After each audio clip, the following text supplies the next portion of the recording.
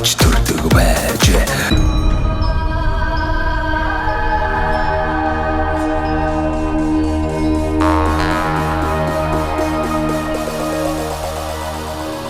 Эмнэлэгт ороод ирсэн бас вау ямар гоё догчлолтой яасан гоё одоо орчин бэ хүмүүс нь ч гэсэн их найрсаг усуд байх юм аа. Тэгээд дэлгэр цогц сумын эрүүл мэндийн төвийн дарга мөнх туяа даргатай уулзж байна. Ингээд танд өдрийн мэнд хүргэе. За баярлалаа танд. Ичнээ танил одоо яг анх удаа нүүр тулж уулзж байна. Зургтай гардгаас ямар вэ? Зургтаас гардаг шиг л байна. Тэгээд за энэ нэвтрүүлэг үзэж байгаа Монгол түмэндээ энэ үзэх өдрийн мэндийг хүргэе. За манай сум бол 1923 онд байгуулагдсан 101 жилийн түүхтэй ийм сум. Эмнэлэг маань 1924 онд үндэс суурь тавигдсан. Сая буюу энэ онд сая 7 дугаар сард 100 жилийн түүхтэй байгаа тэмдэглэсэн. Ийм 100 жил 100 настай эмнэлэг байгаамаа. За миний хувьд одоогоос 50 гаруй жилийн өмнө энэ сумдаа төрсөн. Сэхэтэн гэр бүлд аав ээж маань багш ажиллаж явах цаг үед би энд төрж исэн байдаг. Тэгээ нийслэлд завсарт нь бол нэг 10 гаруй жил нийслэлд ажиллаж агаад тэгээ одоо энэ сумдаа ирээд 3 жил гаруй болж байгаа юм хүн байна. Хүний хэмж анагаах ухааны магистр, клиникийн профессор цалтай ийм хүн. Тэгээ сумдаа төрөлх нутагта ажиллаад зон олныхоо одоо эрүүл энхийн манад өөрийнхөө чадах мэдэх сурсан одоо тий тэрийг зориулаад ингээд ажиллаад байж байгаа. За манай сумын эмнэлгийн түүхийн хувьд бол бас их онцлог. Сая та хэллээ шүү дээ орж ирэхэд бас юм шинэ өнгө төрхтэй одоо гэгээлэг өнгөлөг байна гэд энэ маань яасан хэрэг зэрэг өнгөрсөн 23 оны төгсгөлд одоо сумын эмнэлгийн 100 жилээ болох гэж байна гэд одоо МСС группийн барилгын салбарын хүмүүс одоо удирдах зөвлөлийн хүмүүсээс ирж одоо засвар хийх талаар одоо эмнэлгийнхээ 100 жилээ өгтаад ингэж ярилцсан. Тэгээд оны төгсгөлд буюу 12 дугаар сард 23 оны төгсгөлд засвар эхлээд 24 оны 3 сард засварын ажил гүйцсэн. Тэгээд ийм өнгө төрхөө өөрчилсөн байгаа. Энэ барилга маань бол 2013 онд 11 жилийн өмнө ашиглалтанд орсон. Гэхдээ бас байгалийн давуу төшгүй хүчин зүйлийн улмаас эдгээр бас тодорхой хэмжээгээр одоо өнгө гунцсан тусаалга очих ч гэдэм үү нөгөө хүчтэй угалзын улмаас дээврийн хүчил туураад хар цаасан хүчил туурж тусаалга очих гэх жишээ нь одоо ийм бэрхшээлтэй ийм өөрчлөлтүүд орсон байсан. Тэгээд тэр болгоныг засаад ингээд шинэ өнгө төрхтэй болгосон. За энэ үүх түүх их онцлогтой гэдэг нь хэрэг та анзаарсан бол орж ирэхэд үүдэн дээр хүний их хэмж бадамжавыг нэрмждэг гэж байгаа. Тэр бадамжав гэдэг хүн маань бол МСС-ийн захирлуудын зөвлөлүүдийг одоо жаргалаад гэд тэдний ээжийн нэрмжтэй эмнэлэг байгаа. Тэгээд үүх түүхийн бас нэг сонио учрал гэдэг нь манай эмнэлгийн түүхэнд 1924 онд дэлгэр цогц сумын хүн эмнэлэг нь 2 хайрцаг эмтэй Дамдин гэж доктортой үндэс суурьнд тавигдсан гэж байдаг. Дэ Бадамжав гэдэг нь тэр Дамдин докторын охин. За. Юм бай. Тэгээд тийм учиртай маань тэгэнгүүт энэ Бадамжав гэдэг хүн хүний хэмж мэрэгчлээ юм хүн байжгаад тэгээд нэлээд залуу насндаа өөд болсон байдаг. Тэгээ хүүхдүүд нь одоо ээжийн маань тэр хүн энд төрсөн, ээжийн маань нутаг гэдгээр, нутгийн эмнэлэг төрсөн газрын эмнэлэг гэдгээр, төрсөн сум гэдгээр бас сумтайгаа холбоотой холбогдож ингэж явж байдаг юм учиртай. Тэгээ өнгө төрхөө өөрчлөөд ингэж байж байна. Манай сумын бас эмнэлгийн маань нэг онцлог гэх юм бол одоо өмнө говийн тэр уул уурхай өмнө говь чиглэсэн уул уурхай одоо ийм маш их авт зам том тээврийн яг ийм одоо мянганы замын босоод хөдлөгч ярьдаг шүү дээ тийм ээ. Энэ магистрал зам дагуу барилттай учраас аваар осол маш их гардаг. Тэгээд тэр тохиолдолд одоо засмал зам дагуу гэдгээрээ ойролцоо газар нутгийн хувьд ойр байсан ч гэсэн засмал зам дагуу гэдгээр манай сум явж үйлчлэгээ үзүүлэх юм шаардлага гардаг. Аймаг маань манайхаа бидраас одоо хойш авт осол юм боллоо гэд нөгөө урд зүгт байгаа учраас цаг хугацаа хожоод одоо та нар явж үйлчлэгээ үзүүлэх шаардлагатай гэсэн юм одоо чиглэл өгдөг дуудлага. Тэгээ бид нар ч тэгж хүлээж авдаг. Тэгээд яг одоо жилд дундчаар зарим үед бол 40 50 осол тогчийг хүлээж авах үйлчлэгээ үзүүлэх ийм тохиолдлууд байна. Одоо яг өнөөдрийн байдлаар гэхтэл хэдэн цагийн өмнө одоо автобус 28 км-т автобус болсон том машин унсан гэсэн ийм тохиолдол үйлчлэгээ үзүүлээд ирж байгаа шишээ. Ийм зүйлүүд байдаг. Тэгээд орон нутгийн хувьд одоо яг ийм зам дагуу дунд говийн 3 сум байгаа. Хулдлын ус дэлгэр цогт гэдэг өмнө говь одоо авто тосол юм болдог зам эвдрэлтэй эдэр байгаа нь бол харагдаж байгаа шүү дээ. Энэ замын эвдрэлээс болж авто тосол болдог гэдгийг бол би ерөөсөө сайн ойлгохгүй байсан.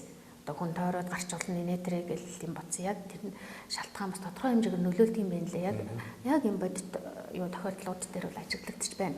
Тэгэхээр зэрэг энэ дагуу нэг яралтай тусламжийн пункт гэдэг нэг зүйл байх хэрэгтэй гэдэг. Одоо гэмтлийн эмчтэй одоо ингээд машинтай тоноглогдсон тийм гэмтлийн зөвлөгчтэй ийм зүйл яригддаг боловч энэ 10 гаруй жилийн өмнөөс яригдсан боловч яг одоогийн байдлаар манай 3 сумдлаа байхгүй.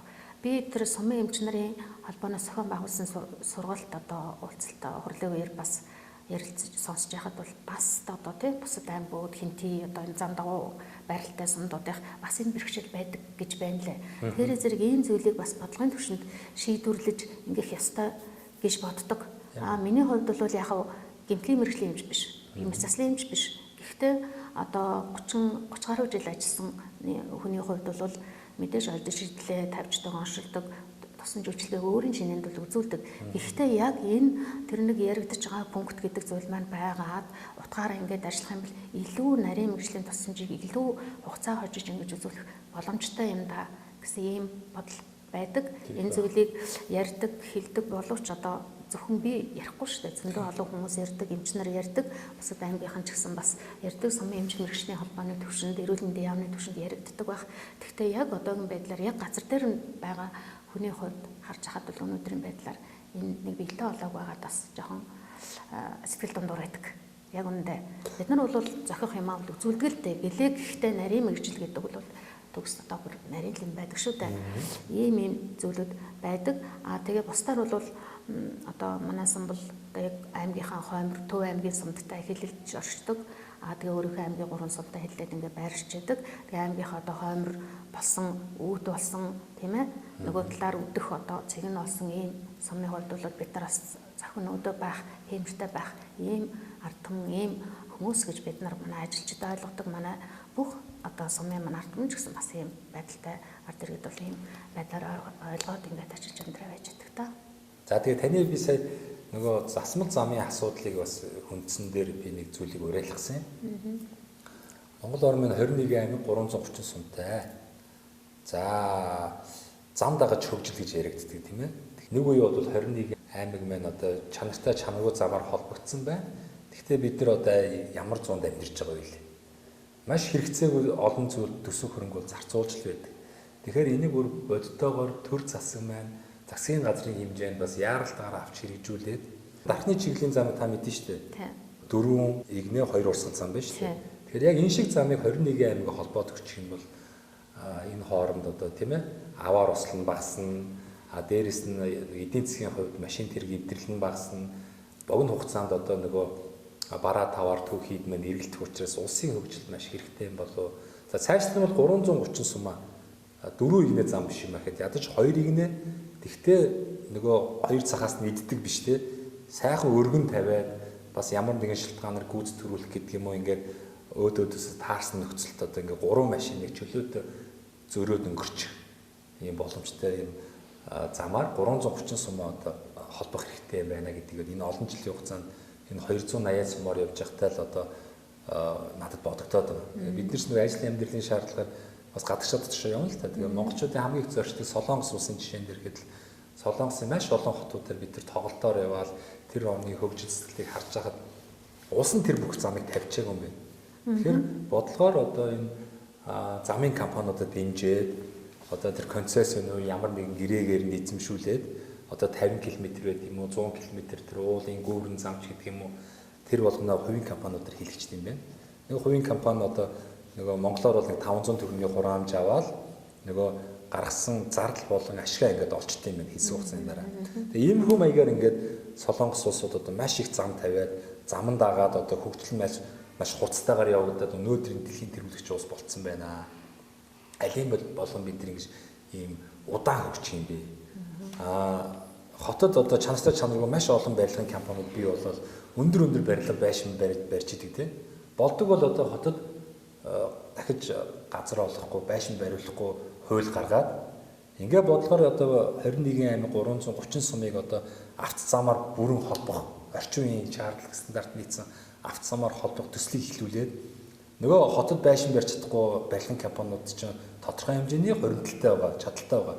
Тэр улсуудыг хөшүүргээр ингээд замын компани руу болж хувирах одоо боломжийг тавиад тэгээд одоо улс нь энэ зам дээр ингэж ажиллах бол ийм ашигтай ажиллана гэх тэгэхээр хүсэн нэг ажил байшин барих боломжгүй болсон компаниуд чи яах юм? Нөгөө бүтээн байгуулалтгаа орно шүү дээ. Ингээд замаа тавиад эхлэх юм бол Монгол бас одоо хөгжихэд маш ойрхон байна. Зам сайтай байвал одоо гадаад дотоодын аялагчид чөлөөтэй зорчин дотоодын иргэд маань дотоодын бүтээгдэхүүнээр нааш яашин хугацаа чанар алдахгүйгээр ингээд тэврэх боломж үүсэж байгаа маа. Тэгээ энэ санааг бол бас ингээд уриалах гэсэн. Тэгээ үүнийг одоо бодлого боловсруулах шатны хүмүүс одоо судалж үзээд яаралтаар Монгол улсаа одоо шанартай автосамаар холбомоор байна. Тэгэх юм бол энэ хөдөө орон нутгийн нөгөө олон автомашин яваад ингээд замраагүй нөгөө цөлжилт нөгөө нэг бэлчээрийн одоо энэ хомсдол гэдэг зүйл маань бас эдгэн шүү дээ. Яг сайн чанарын зам бол машинууд хаадвартай газар явахгүй шүү дээ. Хойно маш. Тэгэхээр хэдүүл одоо ямар үед амьдраад байгаа юм бэ? Тэгэхээр бас яг иймэрхүү хөгжлийн бодол руу ормоор байна. Тэгээд бас эмчийн хийсэн шиг тийм ээ. Нөгөө автозамын осол маань ч гэсэн одоо багсан шүү дээ. Ингээд хоёр урсгалтай ингээд дөрвөн игний зам хэр чинь өөдөөсөө машин тэрэг гэрэл гэл баан цохиулахгүй аваар ослон багснаа. Тэгээд энэ зүйлийг одоо энэ яамдууд нь засгийн газрын тэр оюун эрдэнэ за эх оронч одоо хүмүүс нь хүрэл сүхэн ерөнхийлөгч нь одоо ингээ анхаарлаа хандуулж бас ийм бүтээн байгуулалт руу орооч гэж одоо эргүүнээр дуурайлж байна. Зөв биз дээ? Зөв. Маш зөв. Тэгээд миний ойлгож байгаагаар одоо Дундгойн зам, Дундгой өмнө орох зам Төв аймгаас одоо Дундгой нутагт орж ирээд өмнө орох зам бол олон жил яригдсан. Тэгээ яг миний сонсож байхад бол нэг хөдөлмөрчтэй уулзаад шадар сайд уулзж байхдаа 22 онд одоо энэ замыг их засвар хийн гэд ярьжсэн байхгүй. Тэгээ энэ жил 24 он гарсан байдаг. Яг одоо ингээл эхлэх гэж байгаа гэл 21 оны төгс 20 онд тэр цагаас хойш 2 3 жил өнгөрцөн. 3 4 жил өнгөрцөн байдаг. Тэгээд энэ юунда байдаг юм бол цаанаа мэдээж хэрэг шийдвэрлэх төвшөндөө одоо саадбар шилдэг юм санхүүжилт янз бүрийн байхан байдаг л бах. Тэгтэл одоо бас арай жахан удаад байна. Тэгээд энэ замыг бүр бараг л хуулж аваад те шинээр тавина гэсэн зүйл ярьж байсан юм л да. Тэгтэн бид нар бүр алгах тушаал одоо ямар сайхан болох нь гэдэг. Тэгээд тэрнээс хойш өчнөө хүмүүс эд хөрөнгөөр ойхорч хамгийн гол нь эрүүл мэнд насаараа тэгээд бас жолооч нарыг орон нутгийн замд соёлтой явж байгаасаа нөгөө дүрмэн цагдаа зориулж бүсээ зүгдэг штэ. Тийм битгий байгаасаа. Тэгэл нэг хараа хяналтаас мултарч байгаа юм шиг бүсээ мултлал зүгөрстөө хөндөй дүүрэндээ остой хөл дүүрэн хаацтай яваад байдаг. Энэ байдлаас бас маш их болдог. Самбаачлах боломж гарахгүйгээр автосол гарсан тийм юмнууд маш их тохиолдох юм аа.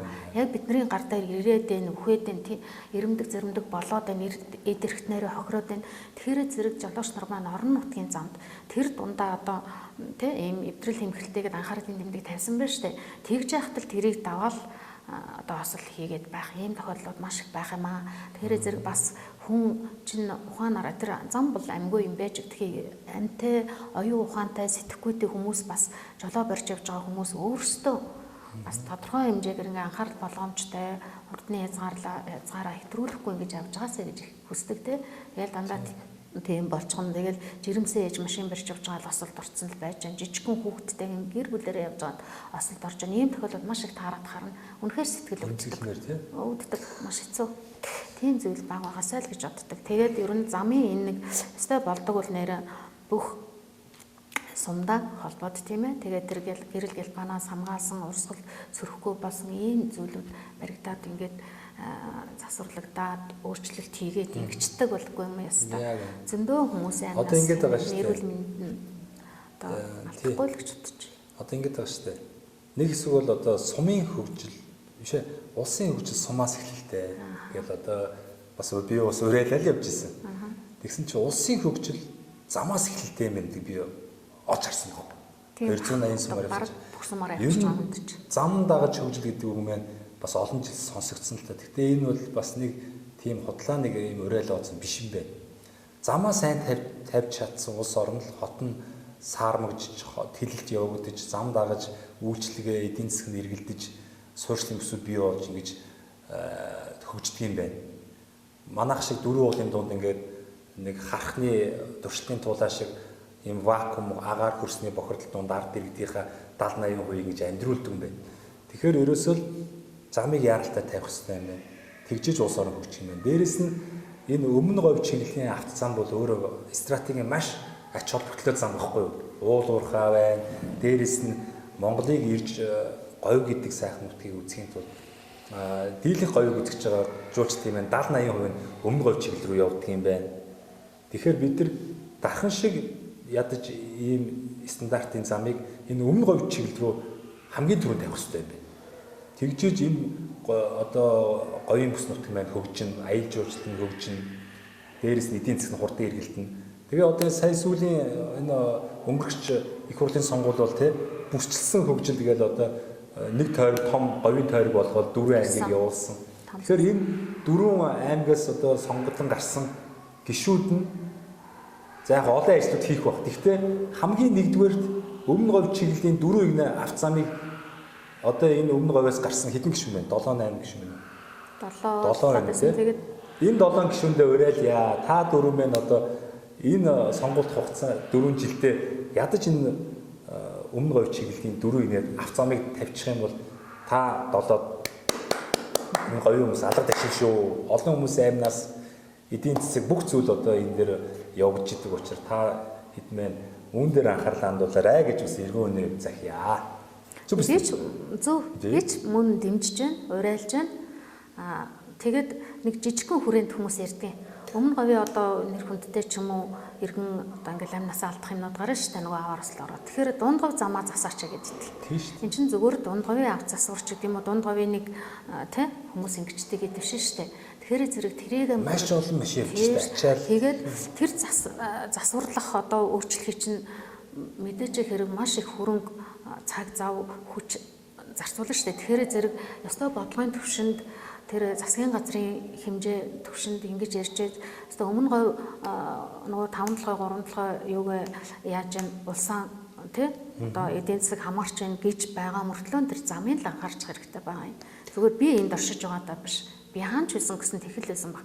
Тэгээ энэ осол янз бүрийн үйлчлүүлж байгаа зам даваа манайх чинь нөгөө 24 цаг өвдөнд хаахгүй учраас маш олон жолооч нар ирдэг. Тэгээ энэ том тэрэгний жолооч нар донд тэгж ярих юм бол ус хотынх маш их байдаг.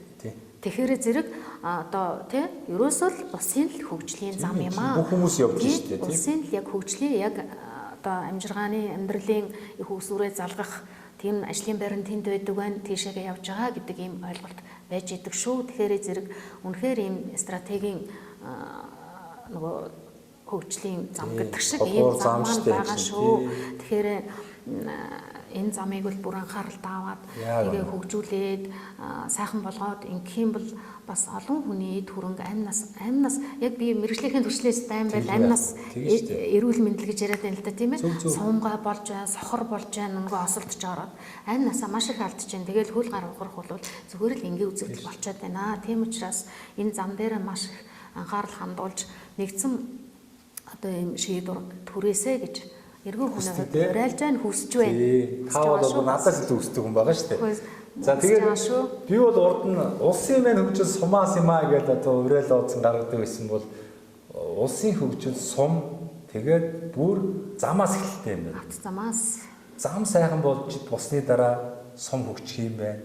Сум хөгжсөний дараа ус орн хөгжих юм байна. Мэдээж нэгжээсээ энэ л болж байна. Тэгэхээр бол энэ мундаг олон салбарын эрдэмтэн докторууд салбарын мундаг мэрэгчдэнгүүд байдаг баг. Тэгэхээр үүн дээр тэр төрийн бус байгууллагууд нь анхаарлаа хандуулаад улсаа сайхан хөгжүүлэх гэж бол хамгийн нэгдүгээр замаа сайхан тавьчаач гэж одоо уриалах байна. За тэгээд нөгөө имлэг танилцуулах гэж явж ирсэн одоо юу юучлаа. Ямар ч зам дээр босноо ярьчлаа. Гэтэ яаж ч бол энэ манай энэ дэлгэр цогц сумын бас тулгымцсан асуудлын нэг бол одоо энэ тий автозамтай холбогдлолтой эмнэлэгт үзүүлдэг ачааллыг талаар ингээ хүндгээр хүс үсэгүй зам руу ороо явчлаа л да. Тэгээд Ер нь би хаач явсан би 2 дугаар шатлалд буюу нийслэлийн дүүрэгт ажиллаж байсан. Тэгтээ мань сумын эмнэлэг л магтдаг байсан.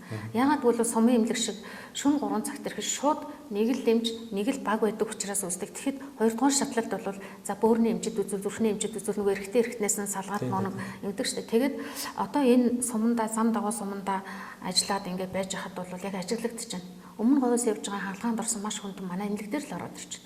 Жохон амраад явъя те 2 цаг болоод явъя 3 цаг болоод явъя өвдөлт намдах тараага хийлгээд одоо ингээ хаалгаа юмд орсон давтан имчилгээнд явж байгааг ингээд байж байна. Тэгэхээр яагаад тэр шууд тэр хавдрынхаа эмнэлэг дээр очих вэ? Яагаад аймгийн эмнэлэг дээр очих байгаа гэхээр бас нөгөө нэг шууд хаалга өргөчийн үргээд гүйцэтгэдэг. Сум өрхийн эрүүл мэндийн төвүүд бол хааж тэр дундаа ортой учраас сумын эрүүл мэндийн төвүүд бол ерөөсөө Монгол улсын 330 сумын бүгд л ингэж ажилладаг. Тэгээд зам даваа болохоор манайх жоохон арай жоохон онцлогтой байгаад байгаа. Бусдаар бол яг ингэж ажилладаг. Тийм болохоор зэрэг яг одоо шин төгсөгчд бас орон нутагт төдийлөн ирэх нь бол цөөхөн байгаад байна. Тий.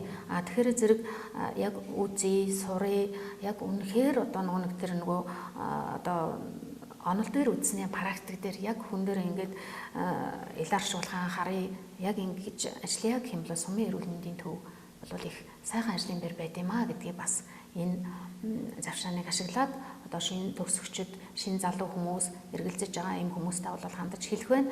Тэгээ миний нэг таньдаг нийслэлд ажилладаг хүүхэд залуу хүн гэрүүл нэг жижиг хүүхэдтэй өстой ямар сайхан газар очив гэдэг өмнө говийн цогт нэг суманд очиж ажиллаж байгаа юм байна. Тэр уул уурхай юмд ажиллаж байгаа юм л да. Гэтэ бүр гэр бүлэрээ шилжээд ирчихсэн хоёулаа одоо мэрэгжлийн нэг нь эрүүл мэндийн салбарын нэг нь хүчний байгууллага юм. Тэгээ нэг жижиг хүүхдээ оюутан болтол ч юм уу одоо энэ орон нутагтай байна.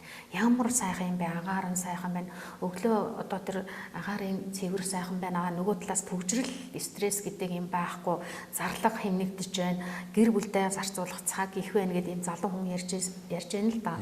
Тэгээ хэдхэн хоногийн өмнө надтай холбогдоод одоо би та аль аймагт байгаа вэ? Би говьд очиж байна гэдэг ингээ холбогдож байна. Тэгэхээр зэрэг говь гэдэг бол тийм одоо бас ажиллаж амьдрахаас нэг тийм халширмаар газар бол биш. Мэдээж хүн бол одоо бэрхшээлийг давах гэж байгалийн ч бай, одоо мэрэгжлийн чиглэлээр ч бай, бэрхшээлийг давах гэж туулах гэж энэ мэрэгжлийг эзэмшиж амьдарч ингэж байгаагийн хувьд бол говь нутагт ажиллахад бол өстой наран гинтхэн манддаг тий. Тэгээ бас өстой өвлийн үедэнд нөгөө нэг шүлэгт яруу найрагт гардаг шиг өвөлдөө илчээр амьсгалаад одоо дулаанаа хураагаад ингэ байж идэг ийм ээлтэй сайхан нутаг байдгиймаа гэж бас залуучуудаа хэлхийг хүсэж байна.